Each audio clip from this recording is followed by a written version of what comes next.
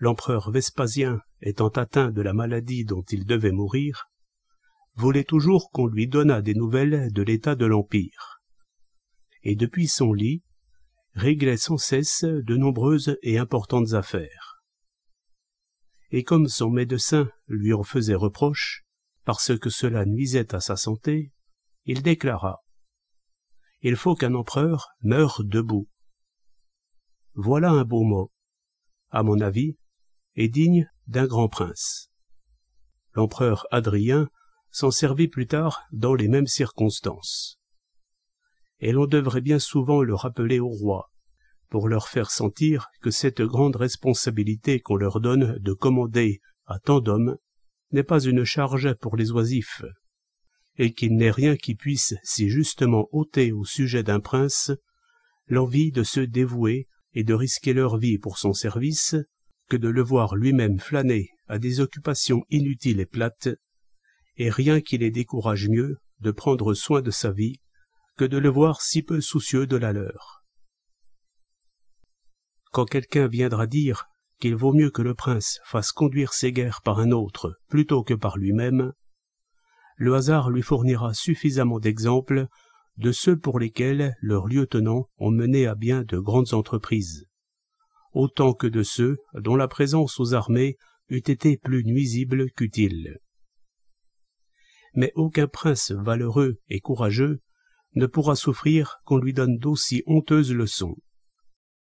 Sous prétexte de conserver sur sa tête, comme s'il s'agissait de la statue d'un saint, la bonne fortune attachée à son statut, on le dégrade justement de son rôle, qui est tout entier dévolu à l'action militaire, et on le considère en fait comme incapable. J'en connais un qui aimerait mieux être battu que de dormir pendant qu'on se battrait pour lui, et qui ne vit jamais sans être jaloux ses propres hommes faire quelque chose de grand en son absence. Et Sélim Ier avait bien raison de dire, il me semble, que les victoires obtenues sans le maître sont incomplètes. D'autant plus, disait-il, que ce maître devrait rougir de honte de prétendre y avoir pris part en son nom, n'y ayant employé que la parole et la pensée.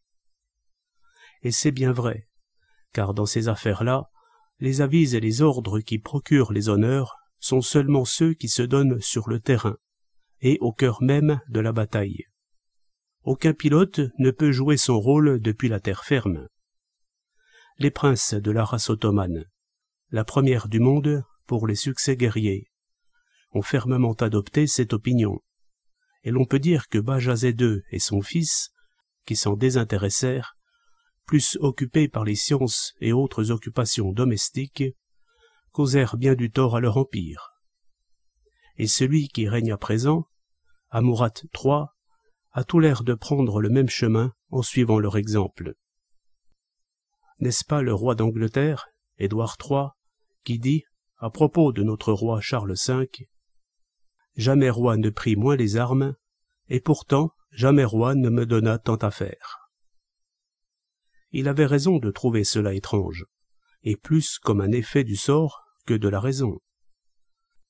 Et qu'il cherche quelqu'un d'autre que moi pour les approuver, ceux qui considèrent les rois de Castille et du Portugal comme des conquérants belliqueux et magnanimes, parce qu'à 1200 lieues de leur demeure où ils étaient oisifs, et par les soins de leurs agents, ils se sont rendus maîtres des Indes occidentales et orientales. On se demande s'ils auraient seulement le courage de s'y rendre pour en profiter. L'empereur Julien disait mieux encore, à savoir qu'un philosophe et un galant homme ne devaient pas se contenter de respirer, c'est-à-dire ne devaient pas seulement donner au corps ce qu'on ne peut lui refuser, mais tenir leur âme et leur corps sans cesse occupés à de grandes, belles et nobles choses. Il avait honte si on le voyait cracher ou suer en public, ce que l'on dit aussi de la jeunesse de Lacédémone, et que dit Xénophon des jeunes Perses, parce qu'il estimait que l'exercice, le travail continuel et la sobriété devaient avoir tari et desséché tout ce superflu. Et ce que dit Sénèque des anciens Romains qui maintenaient leur jeunesse droite trouve fort bien sa place ici.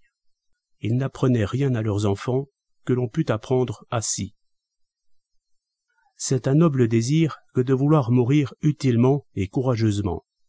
Mais y parvenir ne dépend pas tant de notre belle résolution que de notre bonne fortune.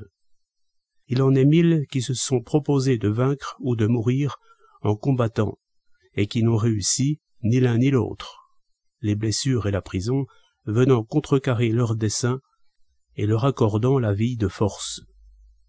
Il y a des maladies qui abattent jusqu'à nos désirs, et nous font perdre connaissance. Le hasard ne devait pas venir au secours des légions romaines. Celles-ci s'obligèrent par serment à vaincre ou à mourir. Je dois revenir victorieux, Marcus Fabius. Si j'échoue, que la colère de Jupiter paternel, de Mars Gradivus et autres dieux s'abattent sur moi. Les Portugais disent avoir rencontré en certains endroits, dans leur conquête des Indes, des soldats qui s'étaient condamnés eux-mêmes avec d'horribles formules d'exécration, à n'accepter aucune autre issue que de se faire tuer ou de demeurer victorieux. Et pour marquer ce vœu, ils se faisaient raser le crâne et la barbe. Nous avons beau prendre des risques et nous obstiner, il semble que les coups fuient ceux qui se présentent trop allègrement à eux, et n'atteignent pas souvent celui qui s'y expose trop volontiers, les dévoyant ainsi de leur but.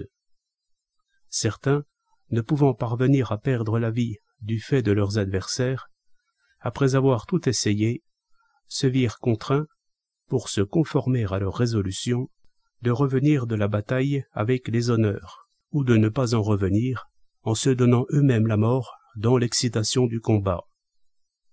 Il en est bien des exemples, mais en voici un.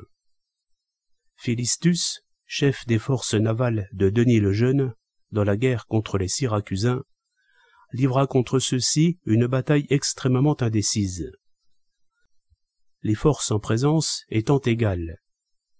Il commença par l'emporter grâce à ses prouesses, mais comme les Syracusains encerclaient sa galère pour s'en emparer, après avoir accompli de hauts faits d'armes pour tenter de se dégager, il sauta de lui-même la vie qu'il avait si complètement livrée, mais en vain, aux mains ennemies.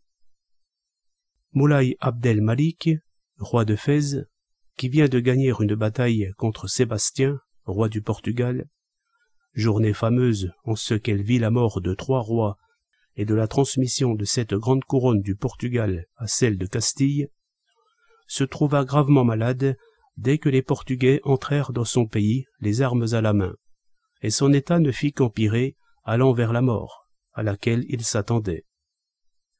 Jamais personne ne paya de sa personne plus vigoureusement et plus bravement. Trop faible pour supporter la pompe des cérémonies de l'entrée de son camp, qui sont, selon leur coutume, pleines de magnificence et de toutes sortes de démonstrations, il se déchargea sur son frère de cet honneur. Mais ce fut la seule fonction à laquelle il renonça.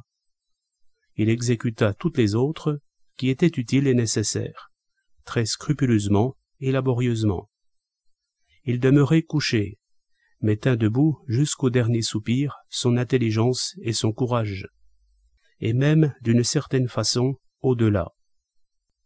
Il aurait pu saper les forces ennemies qui s'étaient inconsidérément avancées sur ces terres, mais il lui était extrêmement pénible de voir que, faute d'un peu de vie, et parce qu'il n'avait personne à qui confier la suite de cette guerre et les affaires d'un État bouleversé, il devrait rechercher une victoire sanglante et risquée, alors qu'il en avait entre les mains une autre pure et nette.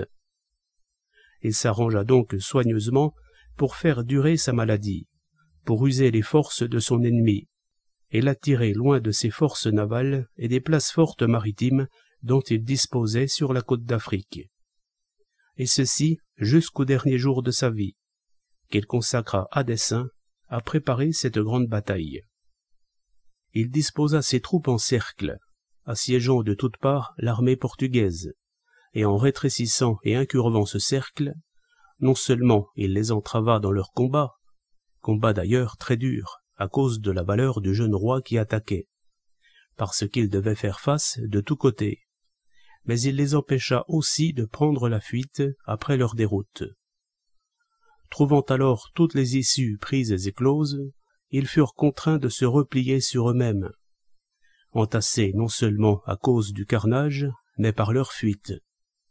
Tite-Live. Et finirent par s'entasser les uns sur les autres, offrant ainsi à leurs ennemis une victoire écrasante et complète. Mourant, Moulay se fit porter et conduire partout où le besoin s'en faisait sentir, et se déplaçant le long des rangs, il exhortait ses capitaines et ses soldats les uns après les autres. Comme un coin de son armée menaçait d'être enfoncé, on ne put l'empêcher de monter à cheval, l'épée au poing, et comme il s'efforçait d'aller vers la mêlée, ses gens tentaient de l'arrêter, qui par la bride, qui par sa robe ou par ses étriers. Cet effort acheva de consumer le peu de vie qui lui restait. On le recoucha.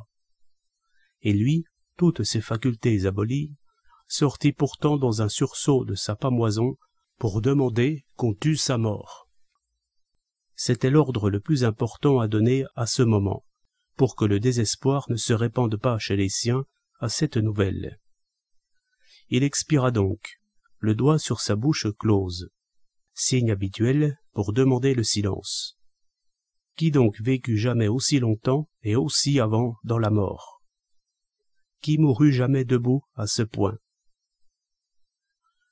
Le degré ultime dans la façon de se comporter courageusement devant la mort, et le plus naturel, c'est de la regarder, non seulement sans en être troublé, mais sans inquiétude, et en poursuivant librement le cours de sa vie jusqu'à elle. C'est ce que fit Caton, qui s'occupait en étudiant et en dormant, alors qu'il avait en lui, présente en son cœur, une mort sanglante, et qu'il la tenait par la main.